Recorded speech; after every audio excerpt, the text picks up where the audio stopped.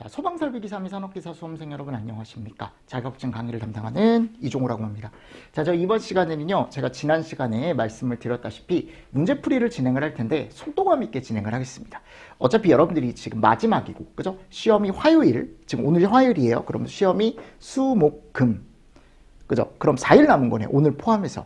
그럼 여러분들이 지금 여기 나와 있는 문제를 웬만하면 다 해결을 하실 수 있어야 돼요. 아셨죠? 그래서 요거는 정리를 조금 잘 하실 때, 그냥 제가, 문제를 이번에 요게 나올 때 됐다. 라고 해서 그냥 뽑아놓은 거니까요. 뭐 이거를 100% 믿으실 필요는 없고요. 그냥 이게 나올 가능성이 높다. 나올 수도 있다. 라는 생각으로 조금 가볍게 좀 들어주셔도 좋을 것 같습니다. 아셨죠? 이것과 더불어 그 앞에 제가 100문제 풀어놓은 거 있어요. 23년 4회차. 그것도 한 번 더 보셔도 여러분들 그냥 문제풀이만 쭉 한다라고 생각하시면 되거든요. 무슨 말씀인지 아시겠죠? 그래서 제가 여러분들 그래도 최선을 다해서 문제를 좀 추가를 하고 이번에 요게 나올 것 같다 라고 고민을 해서 만든 문제이기 때문에 조금 보실 때 참고를 해서 잘 봐주시면 좋을 것 같습니다. 자, 그러니까 서술형 문제도 이번에 포함을 했어요. 근데 제가 이제 소화기구 및 자동소화장치 쪽에 갔을 때 요런 거 5가지 쓰는 거, 그리고 이런 설치 기준 채우기, 요런 문제가 나올 때가 됐다라고 생각이 들어서 요번에 제가 이렇게 넣었거든요. 여러분들 보실 때 자동소화장치 종류 5가지를 쓰래요.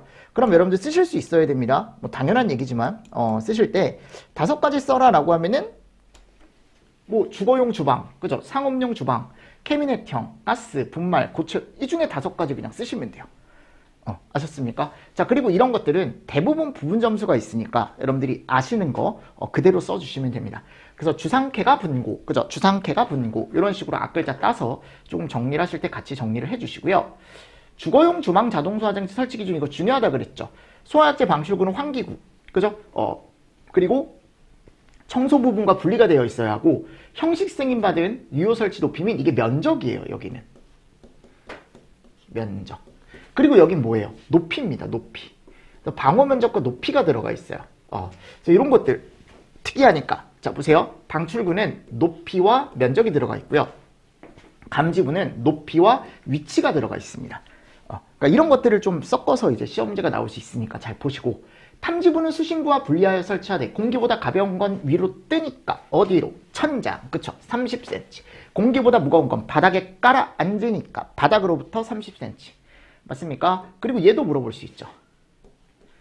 됐죠? 여러분들? 자, 그리고 3번 문제 볼까요? 교육연구시설 중 학교 강의실에 소형 소화기를 설치하고자 한다. 다음 조건을 이제 보고 물음에 답하시오. 자, 능력단위 3단위짜리 설치한다라고 했고, 출입문은 각실 중앙에 지금 위치가 되어 있고요. 지금 실을 보니까 여기 20 곱하기 7, 그쵸? 그러니까 지금 실 바닥 면적이 A부터 C까지는 몇 제곱이에요? 140제곱이죠. 33제곱이 넘었네요. 맞죠, 여러분들? 그리고 여긴 10 곱하기 20이니까 200이네요. 33제곱이 넘었네요. 그죠? 그래서 요거를 알아야 돼요, 여러분들. 요걸 알고, 그리고 지금 교육연구시설이라는 것도 포인트로 잘 보셔야겠죠. 1번 가볼까요? 면적 기준으로 최소 능력 단위를 산정하고 분말 소화기 개수를 산정하시오. 단 복도에는 설치하지 않으며 보행거리 기준 무시한다 라고 되어 있습니다. 그럼 일단 기본적으로 우리가 면적에 따른 걸로 먼저 계산을 좀 해보면요. 지금 우리가 이제 얘기를 했을 때, 자 보십시오. 어차피 복도는 없다라고 했으니까 아까 얘기했을 때 20 곱하기 7짜리 140짜리가 3개, 그죠? 그리고 200짜리 실 하나가 있었죠. 그럼 얘를요, 여러분들 나눠줄 때 200으로 나눠줘야 돼요. 그 이유가 뭐냐면 우리가 이제 보통 얘기하면 위락설설 30, 공집, 관문, 의장 50 맞습니까? 그리고 뭐 근생, 판매, 숙박, 그죠? 그리고 자동차, 업무, 이런 것들 등등등등 엄청 많은 것들이 대부분 100이라고 들어가 있고 그 외가 200이거든요. 그러니까 이게 교육연구시설이 나왔다라는 것 자체가 여러분들 학생들이 좀 헷갈릴 수 있는 게 뭐냐면 대부분 여기서 걸려요. 원래 100에서. 근데 이게 안 걸리는 문제로 나온 거야. 그 외로. 그죠? 그래서 우리가 능력 단위 표에 가보면 교육연구시설은 여기 어디에도 안 걸려요. 그래서 여기 그 외에 걸리기 때문에 200을 가지고 여러분들이 산정을 해주셔야 돼. 그럼 능력 단위가 200으로 나눴을 때 3.1 능력 단위가 나오는 거고, 자, 소화기 개수는 3단위를 설치한다라고 했으니까 얘가 몇 개? 2개.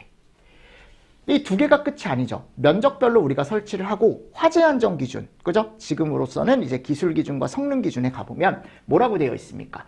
자, 바닥 면적이 33제곱 이상으로 구획된 거실이 2개 이상 있으면 맞나요? 그 거실에도 각각 배치해 줄 것. 근데 지금 아까 거실에 가보니까 바닥 면적이 다 몇이 넘었었어요? 33제곱이 넘었었죠. 그럼 총 몇 개? 4개. 거실 개수만큼. 이렇게 되는 거죠. 그럼 총 몇 개? 6개. 이런 식으로 산정을 하실 수가 있어야 된다고요. 근데 이 문제가 처음 나왔을 때 이제 학생들이 이거를 대부분 못 맞췄을 거라고요. 어려운 문제입니다. 이게 쉬운 문제가 아니에요. 지금 이렇게 푸니까 뭐 풀 수 있을 것 같은데 라고 하는데 이게 신출 문제로 출제가 되면 생각보다 맞추기가 어렵다. 근데 제가 이 문제를 왜 넣었냐, 이런 문제가 계속 나올 것 같아서 저는 이게 신출 문제지만 문제가 괜찮더라고요. 저 요 문제. 왜냐면 우리 능력 단위 산정 문제 워낙 많이 풀어보잖아요. 그죠? 자, 보행거리에 따른 복도에 설치해야 할 소화기 개수를 구하시오. 그죠? 복도 끝에 소화기가 한 개씩 배치되어 있다. 그러니까 여기에 하나씩 이미 깔아 놓는 거죠. 그리고 소형 소화기는 우리가 보통 얘기할 때 보행거리 몇 메타? 20m마다. 그러니까 이게요, 여러분들 보행거리 20m마다 라는 게 뭐냐면 여기 예를 들어 소화기가 이렇게 있으면 우리가 보행거리를 일반적으로 기계기구 중심의 양방향 거리라고 얘기하거든요.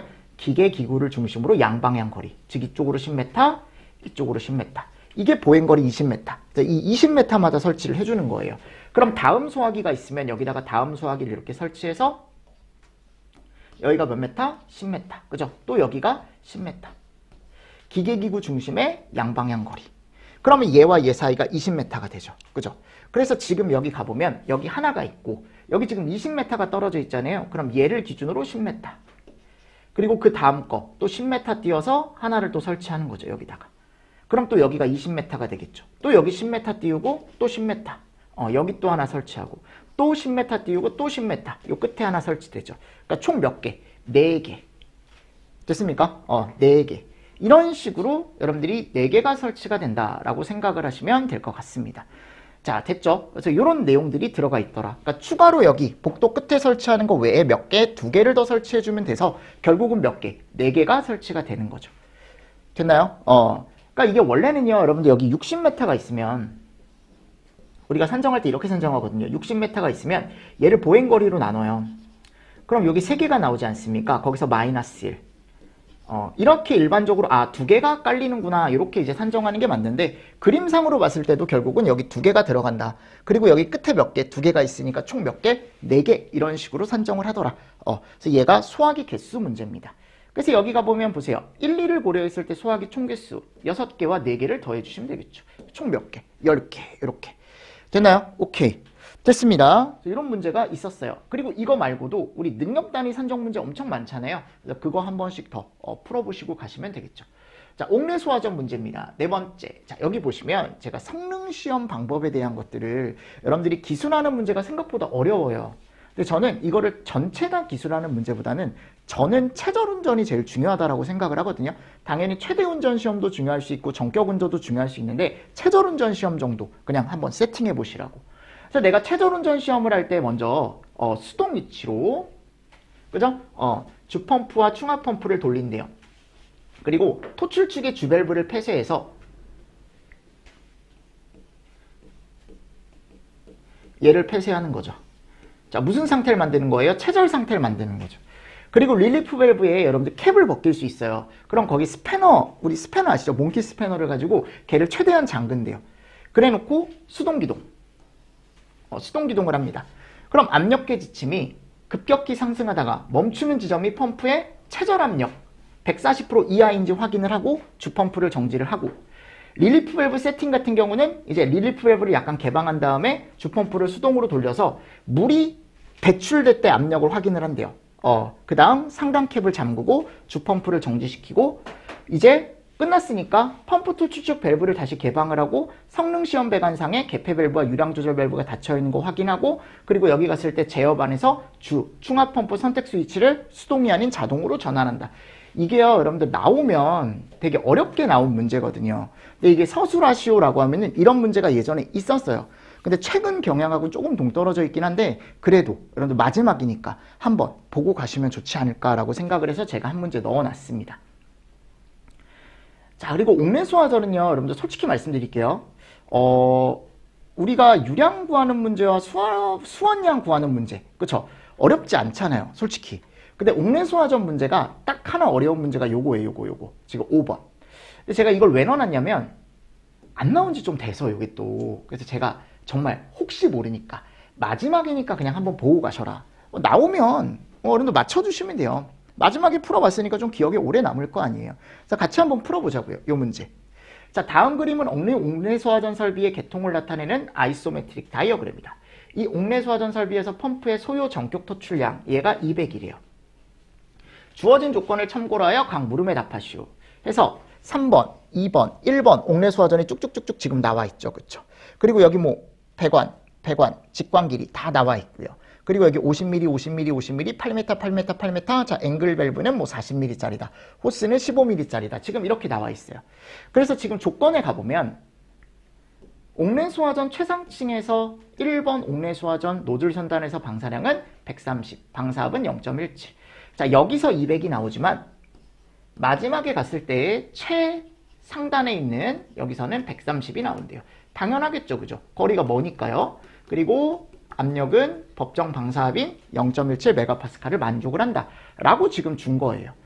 자, 이 상태에서 호스 길이 100m당 마찰 손실 수도 줬죠, 그죠? 그리고 마찰 손실 수도의 크기는 유량의 제곱에 정비례한다.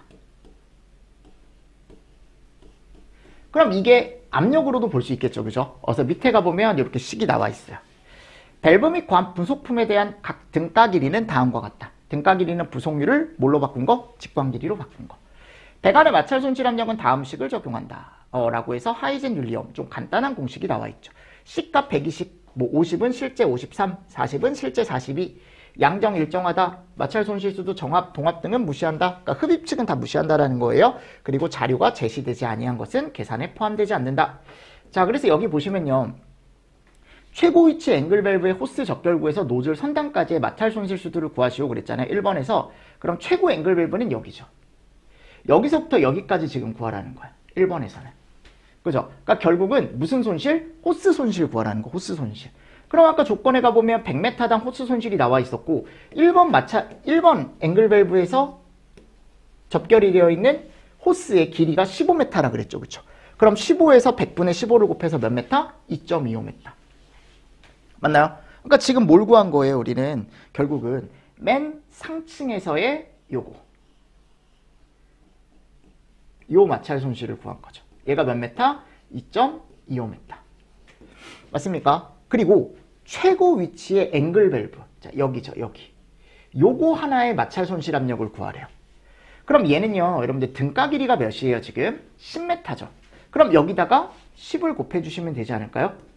맞습니까? 대신에 이제 앵글 밸브 같은 경우에 구경 자체가 지금 실제 구경이 40A. 그럼 실제 구경은 42. 그죠? 넣어주시고 아까 뭐라 그랬어요? 유량 같은 경우는 130이라 그랬죠. 최상층에서. 그럼 여기다가 130을 넣어주시는 거죠. 맞습니까? 그리고 여기다가 42를 넣어주시고 그리고 조도값은 120을 쓰래요. 맞나요? 이렇게 되는 거죠? 이렇게. 맞습니까? 그럼 요거를 또 이제 계산기를 눌러보시면 얘가 나온대요. 근데 이게 메가가 나오는데 뭘로 바꾸래요? 키로로 바꾸래요. 5.39. 즉 여기서 손실이 얘가 나오는 거죠. 무슨 말씀인지 아시겠습니까? 오케이. 5.39가 나왔어요. 자, 그래놓고 3번에서 뭐 구하래요? 펌프 토출구로부터 최고의 앵글 밸브 입구까지의 총 등가 길이를 계산하시오. 그러면 보십시오. 토출구로부터 최고의 앵글 밸브 입구, 토출구로부터 최고의 앵글 밸브 입구 여기까지 요만큼. 자, 지금 1번에서 예구했죠.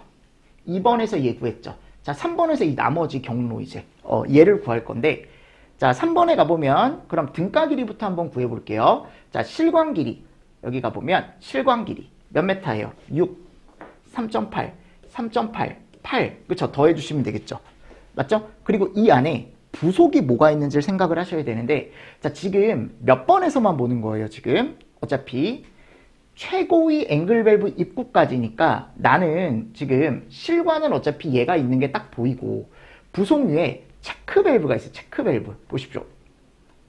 체크 밸브가 어디 있습니까? 여기 있죠. 그리고 여기 게이트 밸브 있죠. 그죠? 그리고 여기에 90도 엘보우가 있죠. 맞습니까? 이렇게 세 개가 지금 있는 거예요. 그럼 얘네를 등가 길이로 다 바꿔주셔야겠죠.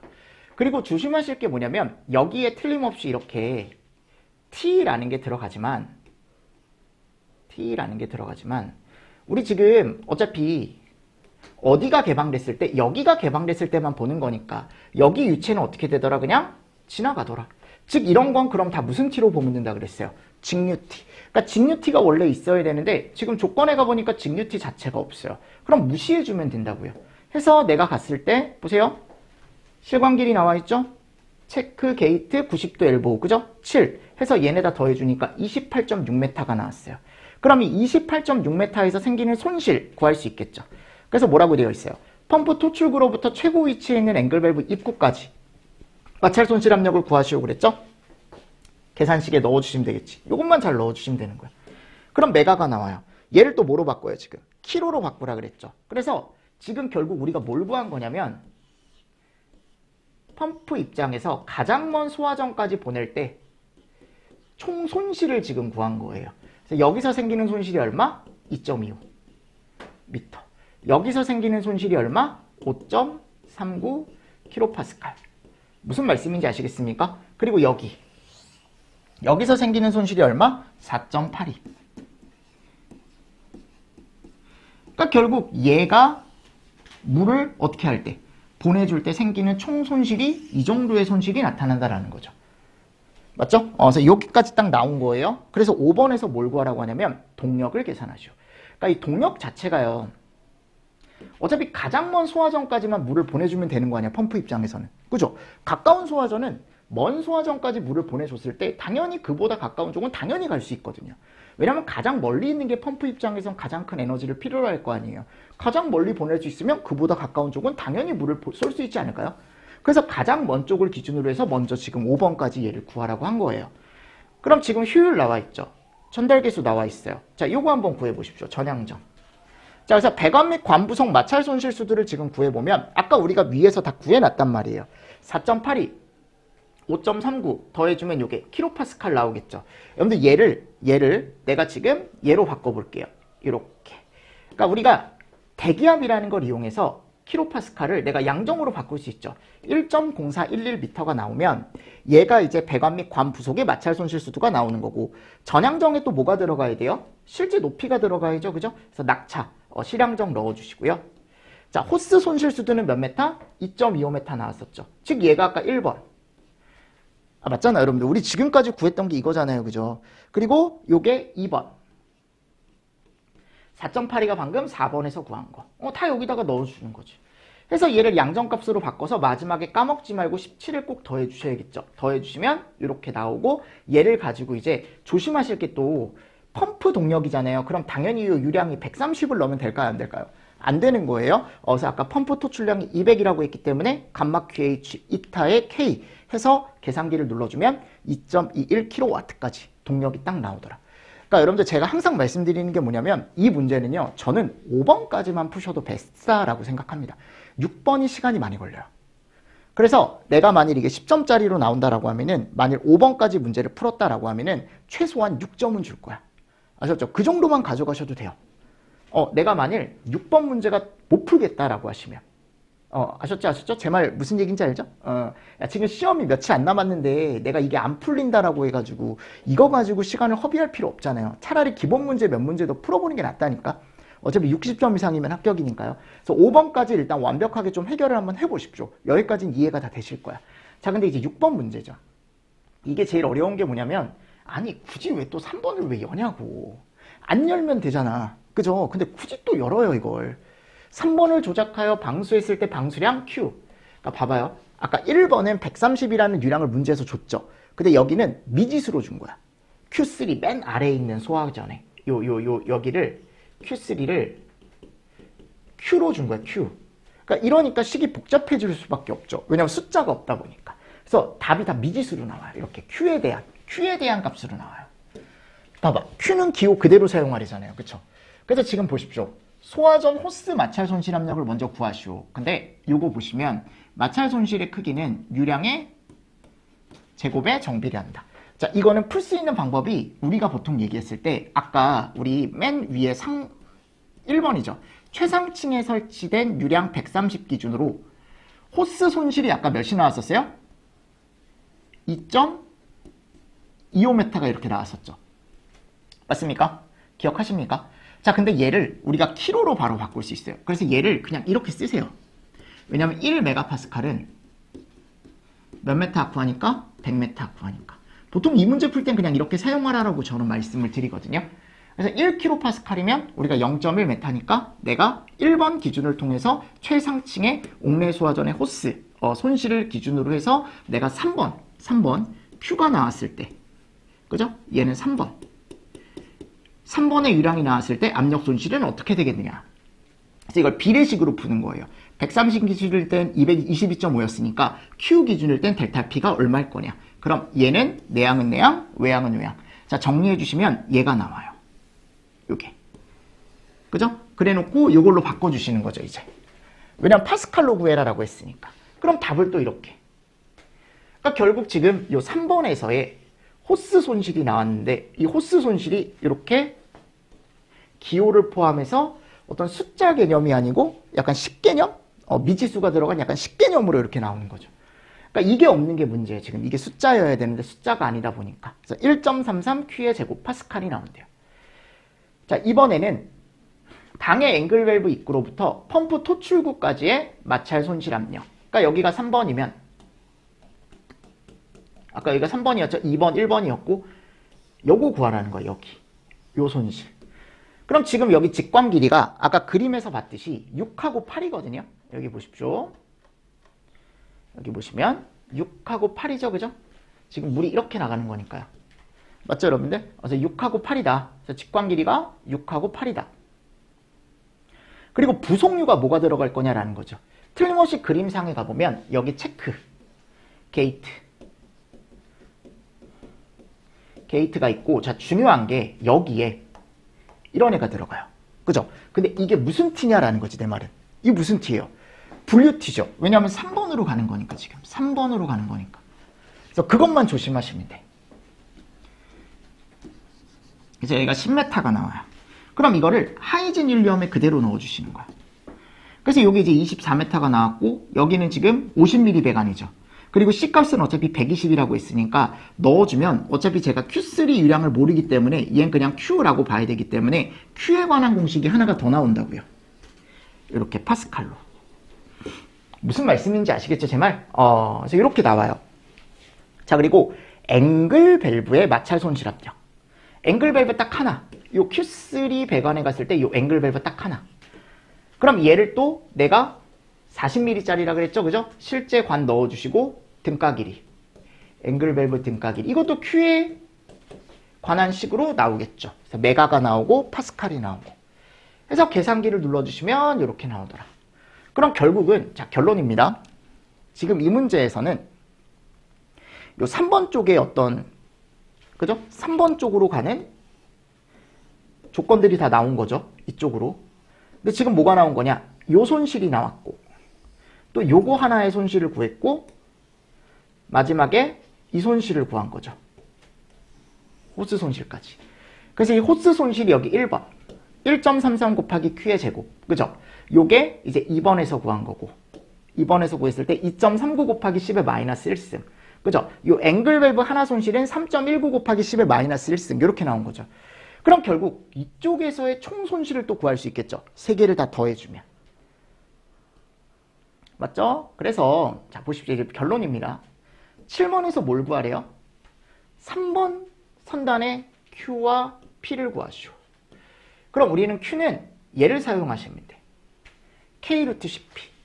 그래서 우리가 여러분들 이 방출 계수값을 먼저 구해보세요. 요게 1번을 기준으로 해서 130에 0.17을 기준으로 하면 요 K값이 나오거든요. 그래서 99.72를 먼저 구해놓고, 어차피 전체 손실 압력은 제가 3번으로 갈 때 이렇게 정리가 가능하다 그랬죠. 그래서 얘를 다 더해요. 더하면 파스칼 값이 이렇게 나오겠죠. 파스칼. 왜냐면 지금 우리가 메가파스칼. 메가, 여러분들 죄송합니다. 이거 메가로 고쳐주세요. 네.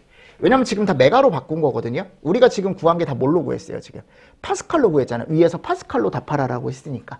요거 메가입니다, 메가. 메가로 여러분들 고쳐주세요. 그럼 메가가 됐어요. 그럼 이 메가를 이제 어디다 넣어주시는 거냐면, Q는 K의 루트에 CP 공식에 넣어주시는데, 자, 중요한 게 여기 들어가는 게 제가 항상 방수합이다.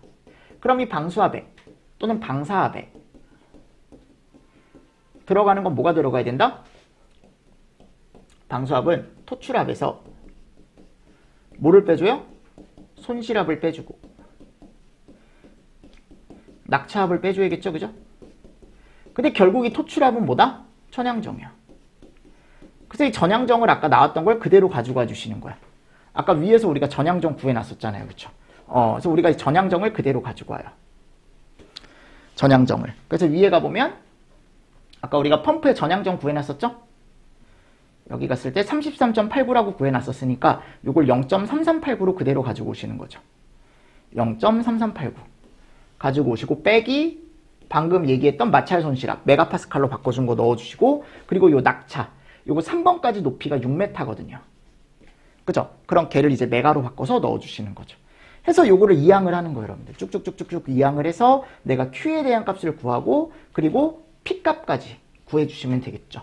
그러니까 이런 문제입니다. 이항은 여러분들이 한번 해보시고. 이 문제가요, 여러분들 쉬운 문제가 아니라고요. 제가 항상 얘기하지만. 이거 되게 오래 걸려요. 제가 이거 수업할 때요, 여러분들 정규 시간에 뭐 요 문제를 만약에 푼다라고 하면은 판서하면서 학생들한테 천천히 얘기하면서 하면 요게 한 40분 정도 걸려요. 일반적으로 수업 시간 체크를 해보면. 그러니까 어떻게 보면 좀 웃긴 문제죠. 뭐 이런 문제가 있나? 라는 생각이 드는데 제가 정규 시간에도 항상 말씀드리는 게 뭐냐면 못 풀겠으면 5번까지라도 푸셔라. 아니면 6번까지라도. 선생님 전 다 풀 수 있는데요? 다 푸세요, 그러면. 너무 좋죠, 그러면. 그죠? 그래서 이런 문제가 있어요. 그래서 한번 풀어보십시오. 풀어보시고. 그래서 옥내수화전 문제는 제가 요 문제 한번 예상을 한번 해보도록 하겠습니다. 요 문제. 그리고 기본 수원량 구하고 그리고 기본 어떤 거 구하는 거? 토출량 구하는 이런 문제는 뭐 워낙 많이 풀어봤었으니까 네, 그런 문제는 기본적으로 세팅을 해 가실 것 같아서 제가 따로 넣지는 않았고요. 자, 5개 소화전. 이 문제 아시죠? 상수도 소형수 설비가 설치되지 않은 2층짜리 특정 소방 대상물에 5개 소화전 설비를 설치하려고 한다. 아래 도면을 참조하여 다음과 물음에 답하시오. 자, 도면 120, 50. 그래서 제가 이거 어떻게 하라고 했습니까? 5개 소화전 최소 개수를 산정하려면 먼저 뭐를 구해라? 둘레 길이. 이 둘레 길이를 우리가 소화전 하나, 그죠? 우리가 소화전 하나의 수평거리가 몇 메타? 5개 소화전은 40m. 그럼 총 길이, 우리가 보통 얘기했을 때 여기 소화전이 있으면 여기가 40, 여기가 40이라 그랬죠. 그럼 직선거리로 몇 메타? 80m마다 하나씩 들어간다. 그래서 이 둘레 길이를 몇으로 나눠줘라? 80으로 나눠줘라. 맞죠, 여러분들? 그럼 몇 개? 5개. 그리고 토출량을 계산하래요. 이거는 최대 몇 개? 2개 넣어서 350 곱하기 2 해주면 700L/min 이라는 펌프 토출량이 나오겠죠. 뭐 이런 문제가 있었어요. 기억하시죠, 그죠? 그리고 수원의 최소 유효 저수량. 아니 결국은 여기다가 20만 곱해주면 되는 거 아닙니까? 근데 이게 리터가 나올 거니까 얘를 뭐로 바꿔요? 메다3으로 바꿔주는 거죠. 무슨 말씀인지 아시겠죠? 네. 됐습니다. 자, 이런 문제가 있어요. 그리고 제가 요거는 그냥 멘트로만 넣어놨습니다. 소화전 한 개수 설치하는 거. 요거 한번 보고 가시라고 마지막에. 요거 외우셨죠? 외우셨죠? 자, 그리고 요 문제 있죠? 요 문제는 제가 혹시 몰라서 넣어놨어요. 마지막에 한번 꼭 풀어보고 가시라고. 요거 뭔지 아시죠? 이게 이제 우리가 게이지 엘리베이션이나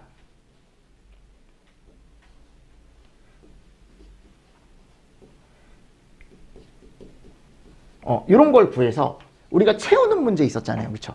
표에 그냥 채우는 거. 이런 문제는 제가 봤을 때 기본적으로 세팅을 해놨을 것 같아서 이게 또 최소한 최소로 나오면 한 9점. 더 크게 나올 때도 있어요. 더 크게 나올 때도 있기 때문에 이 문제도 나올 때 됐거든요. 그래서 한번 그냥 풀어보고 가시라고. 요거는 왜냐하면 문제 자체가 어려운 문제가 아니어서 제가 그냥 이렇게만 넣어놨어요.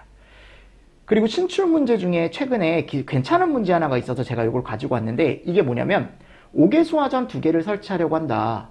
다음 물음에 답하시오 그랬잖아요. 그래서 이게 이제 하이젠 윌리엄을 이용해서 우리가 손실을 구하고, 그죠? 우리가 유량값 이런 걸 통해서 이제 손실 먼저 구하고 나중에 이제 양정까지 구하는 문제인데, 지금 여기 5개 소화전이 이렇게 설치가 되어 있고요. 1, 2번 배관 여기죠. 여기 길이가 나와 있어. L, D, Q. 그죠? 2, 3번 여기네요.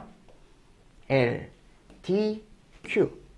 호스 및 관 부속에 의한 마찰 손실은 무시하고요. 수원은 유입점 1번보다 몇 메타 아래? 1번보다 1m 아래 있대요. 여기 수원이 있는데 물이 유입되는 요 1번보다 아래 있답니다. 그러니까 결국 실향정이 1m라는 거. 요거 하나 잘 보시고. 됐죠? 그리고 하이제닐륨 줬어요. 너무 좋지 우리 입장에선. 땡큐죠. 하나라도 주면 좋은 거예요 우리 입장에선. 자, 그래서 여기 가보면 1, 2번, 9번 배관의 마찰 손실 수들을 구하시오. 그럼 1, 2번 배관 같은 경우는 여기죠, 여기. 여기 유량 아까 몇이라 그랬어요? 700. 이 700이 얘를 의미하는 거예요. 왜냐면 소화전이 지금 몇 개가 묶여 있어요? 2개가 묶여 있잖아요. 그래서 제가 그냥 이해하기 쉽게 이렇게 표현한 거예요. 그냥 700이라고 쓰셔도 돼요. 자, 700 넣어주시고 조도값 120이라 그랬죠. 그쵸? 그리고 관경 120. 120 넣어주시고 길이 뒤에다가 꼭 곱해주셔야겠죠. 해서 압력을 구해주시고 그래놓고 마찰 손실 수두를 구해라 라고 했죠. 그럼 수두니까 얘를 수두 환산해서 요 정도. 됐나요? 그리고 또 2, 3번 배관도 마찬가지로 대입을 해서 하시면 되겠죠. 제가 얘기했습니다. 이게요. 우리가 설비잖아요. 이 1메가파스칼을 100메타를 이용해서 바꾸셔도 크게 문제가 없다. 다 답이 맞게 해준다. 그래서 뭐 1.18 쓰셔도 되고요. 여기는 3.52 쓰셔도 된다. 두 개 다 답으로 인정돼요. 근데 조금 더 정확한 값은 얘다. 근데 메가를 미터로 가는 건 그냥 100으로 곱해서 가도 된다라고 제가 틀림없이 말씀드렸었죠. 그리고 토출 압력 구하래요. 결국 전향정 구하라는 거거든요. 그럼 낙차 이거 조심하십시오. 1 꼭 더해 주셔야 돼. 아까 제가 실향정 있다 그랬죠. 그리고 여기 아까 나왔던 수두들을 더해 주시고 왜냐면 이게 마찰이잖아요. 마찰. 방사압력 환산수도 0.25. 맞습니까? 그리고 얘는 뭐예요? 실향정이죠, 결국. 그래서 이걸 다 더해요. 전부 다 더해서 얘를 뭐로 바꿔줘요? 키로로 바꿔주시면 답이 이렇게 나오더라. 됐습니까? 네. 이 문제 괜찮더라고요. 그래서 또 나올 수 있을 것 같아서 제가 넣어놨어요. 그리고 요거는 이제 비례식 사용해서 푸시면 된다 그랬죠? 350일 때 0.25면 500일 땐 방사압이 얼마나 될 거냐? 그죠? 비례식 세워서 여러분들이 Q는 루트 P에 비례하니까 이렇게 해서 하나 풀어주시면 되지 않을까라고 생각을 합니다. 됐습니까? 네. 이런 문제가 하나가 있고 스프링클러 문제는 워낙 많아서 네. 일단 저는 여기 지금 아파트 문제만 하나 넣어놨거든요. 습식 스프링클러래요. 아래 문제에 답하시오.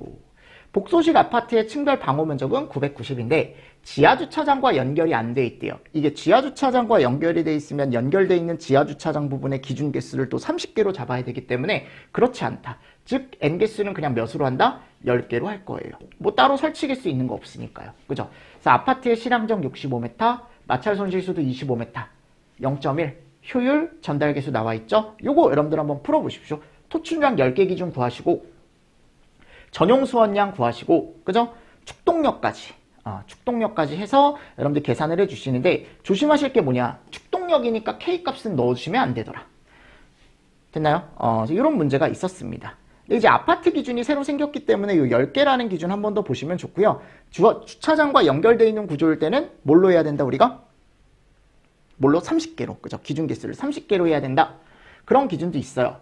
근데 제가 봤을 때 지하주차장과 연결되어 있는 구조는 아직 나오기는 좀 힘들지 않을까. 그냥 일반 아파트에서 그냥 10개 기준? 그 정도만 조금 보시면 되지 않을까. 그래서 아파트 기준 스프링클러 문제는 한번 풀어보셨으면 좋겠어서 제가 하나 넣어놨고요. 그리고 이 교육연구시설 문제가 나올 때가 돼서 제가 넣어놨어요. 그래서 아마 다 푸실 수 있겠지만 건축물 층별 높이는 다음과 같다. 지상층은 모두 창문이 있는 건물이다라고 했으니까 얘는 얘가 아니다. 무창층이 아니다. 그죠? 해서 지금 뭐가 나와 있습니까? 그 층의 높이. 근데 이게 층의 높이와 뭐가 달라요, 지금? 반자 높이가 다르죠. 반자라는 건 층 아래에 이제 하나 더 여러분들 만드는 거죠. 구획을 하나 더 만들어서 실제 헤드가 설치되는 건 당연히 층고에 설치가 되는 게 아니고 그 밑에 설치된 반자에 설치가 되는 거죠. 그리고 바닥 면적 나와 있고요. 맞습니까? 이렇게 나와 있죠. 자, 지상 1층에 있는 국제회의실은 바닥으로부터 반자까지 높이가 8.5m다. 근데 이게 그렇게 중요한 조건은 아니지만 국제회의실이라는 게 있는데 얘가 1층부터 2층까지 어떻게 보면 먹고 있는 거죠. 그죠? 오픈 천장 형태로 먹고 있는 형태다라고 되어 있고, 요게 중요하다. 지하 2층 물탱크실의 저수조에는 바닥으로부터 3m 높이의 일반용 후드밸브가 설치되어 있으며 이 높이까지는 항상 물이 차 있다. 저수조는 일반 급수용과 소방용을 겸용하며 내부 크기는 8, 5, 4이다. 그래서 지하 2층에 설치되어 있는 수조가 이렇게 있다라고 한다면 수조가 이렇게 있는 거죠. 그죠? 근데 이 수조 크기가 지금 여기가 8, 5, 4 5, 4 이렇게 되어 있는 거죠. 맞죠? 근데 여기에요. 일반 급수용 후드밸브가 설치가 되어 있대요. 한 이쯤 이렇게 설치가 되어 있는 거죠. 이는 일반. 근데 이 일반 급수용 펌프가 몇 메타 높이에 지금? 3m 높이. 그죠? 너무 아래로 그렸네요. 3m니까 한 이 정도? 그게 중요한 건 아니겠지만 그래도 이렇게 돼서 이렇게 되는 거죠. 죄송해요. 제가 그림을 잘 못 그려요. 여러분들 수전증도 약간 있고요. 지금 손이 좀 떨리는데 3m 이렇게 되어 있는 거죠. 맞죠, 여러분들? 이 높이까지는 항상 물이 차 있대요.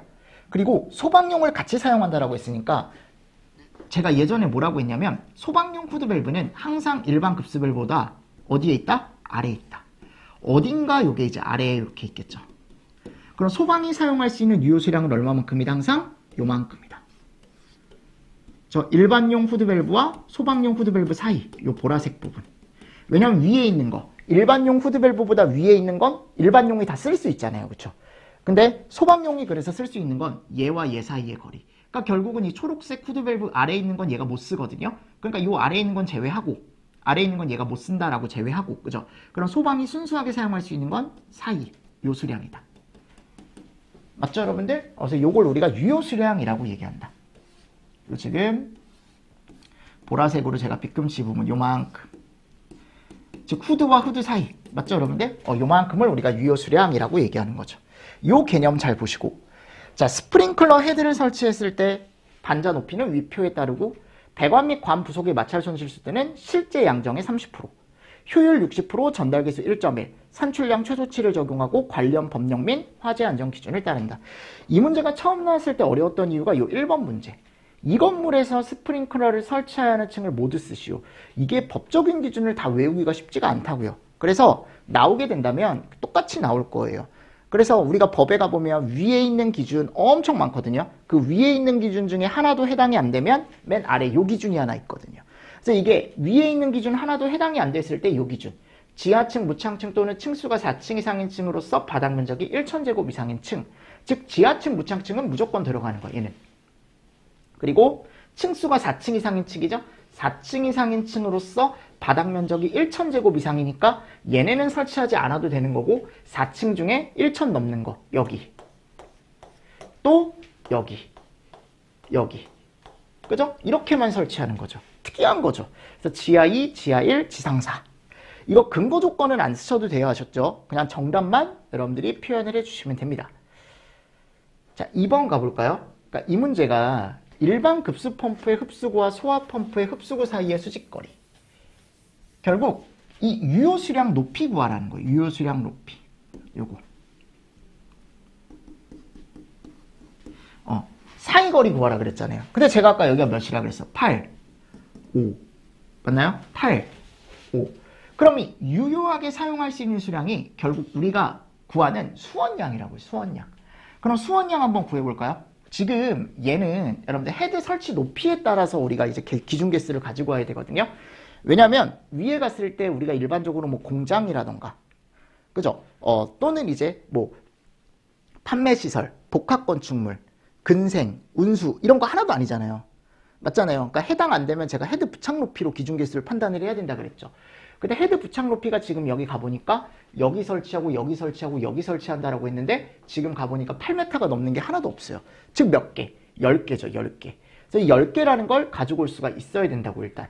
그래서 여기 수직거리가 몇 개더라? 10개더라. 10개. 요거. 수직거리가 아니고 요 기준 개수. 됐나요? 그래서 요것만 잘 판단을 하시면 되겠죠. 그래서 20분 기준으로 했을 때 얘가 나오는데 이 유효 수량 자체가 뭐라고요?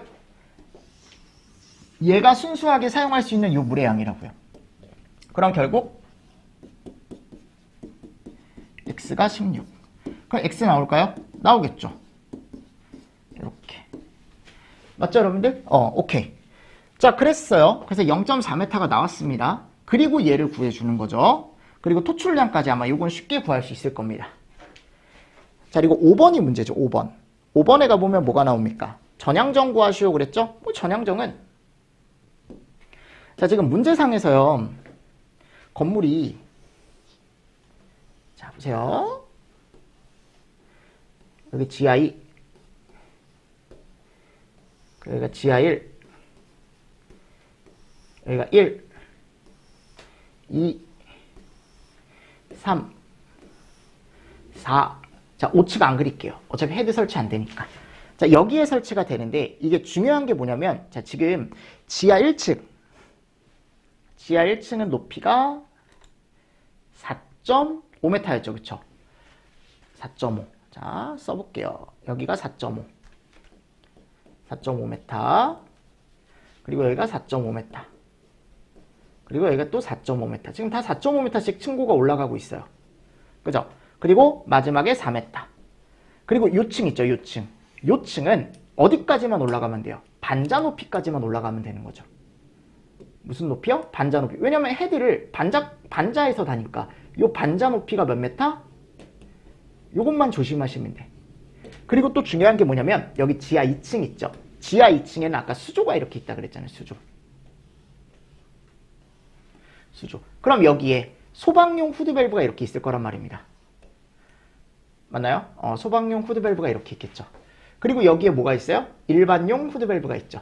근데 이 아까 일반용 후드밸브가 몇 메타 높이에 있다라고 했냐면 아까 3m 높이에 있다라 그랬거든요.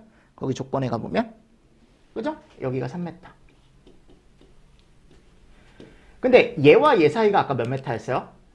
얘와 얘 사이가 여기가 0.4m였죠. 그럼 얘 높이 몇 메타일까요? 2.6m겠죠. 즉 빨아 올려주는 높이가 요 층고에서 몇을 빼줘요? 2.6을 빼주는 거지. 무슨 말씀인지 아시겠습니까? 이렇게 강아지가 짖네요. 이렇게 여러분들은 안 들리겠지만 여기 강아지가 막 짖고 있습니다. 지금. 자, 여기 가보면 층고죠. 요게 5.5 그러면 5.5에서 2.6을 빼준 만큼 올라가는 거죠. 지하 2층은. 그래서 그것만 조심하시면 돼요. 그래서 여기 가보면 지하 2층의 실향정 구할 때 요것만 왜 2.6을 빼주는지 요것만 잘 이해하시면 돼요. 해주시고 23.9가 나왔죠? 근데 아까 조건에 가보면 실향정의 30%가 마찰 손실이란 말이 있었어요. 그러니까 이게 실향정을 잘 구해야겠네. 그쵸? 실향정을 구하고 30%에서 7.17 해서 전향정 값 더해주시면 되겠죠? 마지막에 마찰 방수압력 방수압수도 꼭 더해주시고요. 더해서 41.07m라는 전향정 값 하나가 나왔죠. 됐죠? 그리고 나서 이걸 가지고 뭘 구하는 거예요? 동력을 구하시는 거지. 그래서 요거까지 여러분들 마무리를 좀 해주시면 되지 않을까요? 네. 자, 그리고 시험 장치 기준은 제가 요번에 요새 강력하게 제가 예상하는 게 또 요거 하나. 요거는 가로치기 문제. 습식, 건식, 부합식, 그죠? 에 설치를 하고. 습식과 부합식은 유수검지장치 2차 측, 요 빨강색으로 친 부분 잘 보시면 돼요. 2차 측. 건식은 유수검지장치에서 가장 먼 거리에 있는 가지배관의 끝. 자, 근데 건식은 이게 있다 그랬죠. 2840을 초과하면 1분 이내에 물이 나갈 수 있는 걸 실험을 해야 되고, 시험장치 배관의 구경은 25mm 이상으로 하고 개폐와 개방형 헤드, 그죠? 또는 스프링클러 헤드와 동등 방수 성능을 가진 오리피스.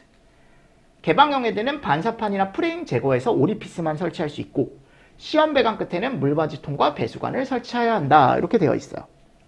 됐나요? 그래서 이런 문제들 조금 잘 보시면서 넘어가 주시면 좋을 것 같습니다. 자, 당연히 제 생각에는 문제를 더 넣고 싶죠. 스프링클러. 근데 제가 마지막이니까 이 정도만 제가 넣었고요. 자, 물분무, 미분무. 물분무, 미분무는 이게 물분무가 여러분들 절연유 봉입변압기 문제가 나온 지가 좀 오래됐거든요. 그래서 조금 풀어보셨으면 좋겠어요. 절연유 봉입변압기 문제. 그래서 소화펌프의 최소 토출량을 구하시오라고 하면은 절연유 봉입변압기에서 우리가 A를 먼저 구해야 된다 그랬죠. 근데 이 A가 뭐예요? A, 바닥 부분을 제외한 표면적. 그래서 5 곱하기 1.5, 2개. 3 곱하기 1.5, 2개. 그쵸? 그리고 윗뚜껑, 5 곱하기 3. 자갈 부분은 어차피 포함을 시키지 않는 거예요, 항상. 그래서 39가 나오죠. 그리고 여기다 몇을 곱해요? 10을 곱해서 390이라는 토출량 값을 여러분들이 이끌어내시면 되겠죠. 됐나요? 이거는 말로만 제가 설명드리겠습니다. 왜냐하면 워낙 많이 풀어봤던 문제일 것 같아서. 그리고 수원량은 20분 곱하시면 되겠죠. 그래서 항상 우리가 이제 요 식을 알고 있어야 된다.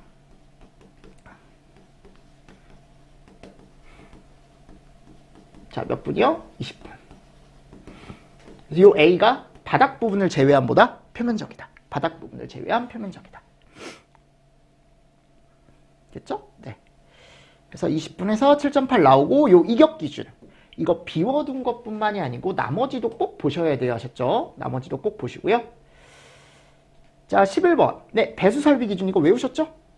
이거 외워야 돼요, 여러분들. 경계턱 기준, 기름 분리 장치 기준, 기울기 기준, 맞습니까? 10cm 이상 경계턱, 40m 이하마다 집수관 소화 비트, 100분의 2 이상의 기울기. 자, 미분모 소화 설비 요 기준, 미분모란 물만을 사용하여 소화하는 방식으로 헤드로부터 방출되는 물입자 중 99%의 누적 최적 분포가 400. 그리고 무슨 급? 그렇죠. 됐습니까? 자, 그리고 수원량 구하는 공식 요거 꼭 보십시오. 어떻게 한다 그랬어요? N이 뭐예요? 미분모 헤드 설계 개수 넣어주시고, D 설계 유량 넣어주시고, 요게 단위가 이렇게 되죠. 민, 그쵸? 그리고 T 요거는 설계 시간 다 준다 그랬죠, 문제에서. 미닛. 됐습니까? 그리고 이 S가 뭐라 그랬어요? 안전율. 자, 몇 프로 가산? 20% 가산. 그리고 마지막에 플러스 V. V가 뭐예요? 배관의 최적. 배관의 총 최적을 더해 주셔야 된다. 꼭 마지막에. 네. 요거 문제로 나오면요, 여러분들 이 안전율만 조심하시면 돼요. 20% 가산을 한다라는 거. 근데 이게 이제 30%가 될 수도 있고 40%가 될 수도 있는 게 이상이거든요. 기준에 가보면. 그러니까 이건 조건에 나오는 대로 하시면 되는데, 만일 안전율을 안 줬다. 그래도 최소 몇 프로? 20%는 가산을 꼭 해주셔야 돼요. 그것만 조심하시고 가시면 됩니다. 됐죠, 여러분들? 자, 그리고 포를 볼까요? 우리 포. 자, 특수과열물을 저장하는 창고에 포소화 설비를 설치하고자 한다. 다음 조건을 참조하여 다음과 물음에 답하시오. 자, 조건. 지금 특수과열물이 들어가 있는 창고 크기가 20에 11이에요. 그리고 정방형이란 말 나와 있고요. 포 원액은 S 나와 있고 양정값 나와 있습니다. 효율과 여유율 나와 있죠.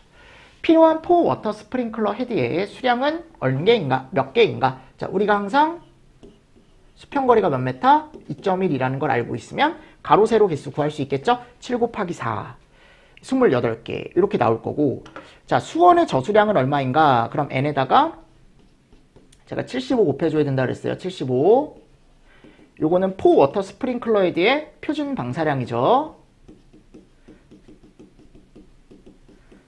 그리고 여기다가 몇 분? 10분. 그죠? 그리고 수원량이니까 97% 해주시면 되겠죠. 해서 28개 나온 걸 그대로 넣어주시는 거죠. 자, 원액량은 몇 프로요? 3%. 그죠? 분당 토출량 28 곱하기 75에서 구해주시고 출력까지 마무리해 주시는 문제입니다. 요게 포 워터 스프링클러 헤드 문제. 자, 이게 만일 포헤드다. 포헤드. 무슨 헤드요? 포헤드. 포헤드 같은 경우 이렇게 마이크 모양처럼 생긴 거라 그랬죠. 자, 그랬을 때는 우리가 개수가 중요한 게 아니고 A. 얘는 헤드 개수가 들어가지 않는다 그랬어요. 포헤드는 A에다가 여기다가 뭐 넣어줘요, 이제. 우리가 일반적으로 얘를 넣어주죠.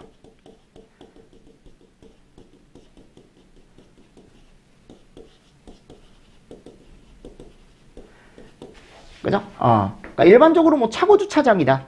차고 주차장이다. 그러면은 우리가 이게 달라진다 그랬죠. 단백포냐, 합성이냐, 수성막포냐. 그래서 단유고, 합8, 수삼7. 근데 이게 특수가연물이면 무조건 몇이요? 6.5. 이런 거 같이 보시면 좋겠죠? 그죠? 그리고 여기다가 몇 분 얘도 10분. 그래서 면적 곱하고 시간 곱하면 리터 나오겠죠. 맞죠? 그래서 얘가 포헤드 방식이냐 포 워터 스프링클러 헤드 방식이냐에 따라 이게 좀 달라집니다. 시기 얘는 75, 얘는 개수가 중요한 거고, 아셨죠? 요거 두 개 확실하게 구분하고 가셔야 됩니다.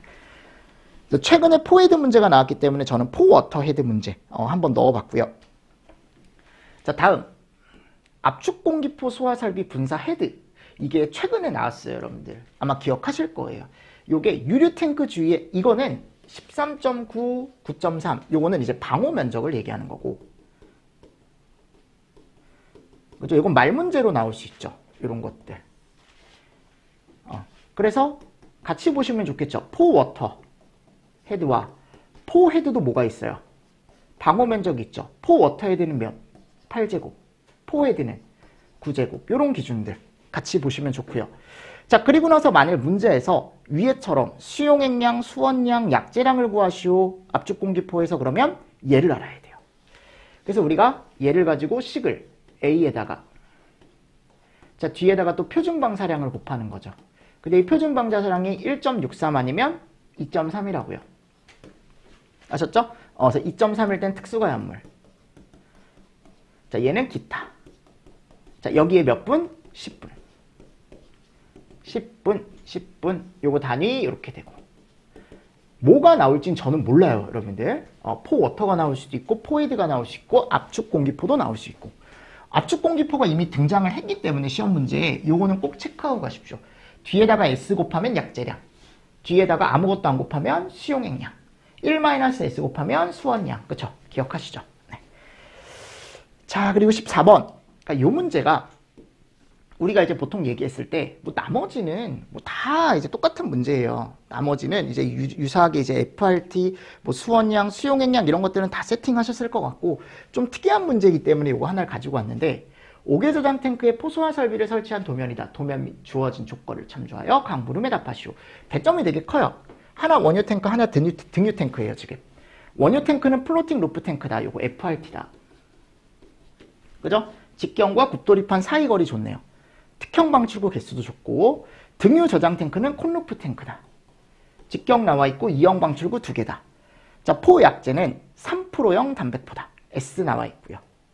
자, 탱크별 포 수용액의 방수량과 방사시간, Q값과 T값 지금 나와 있죠? 이런 개념들.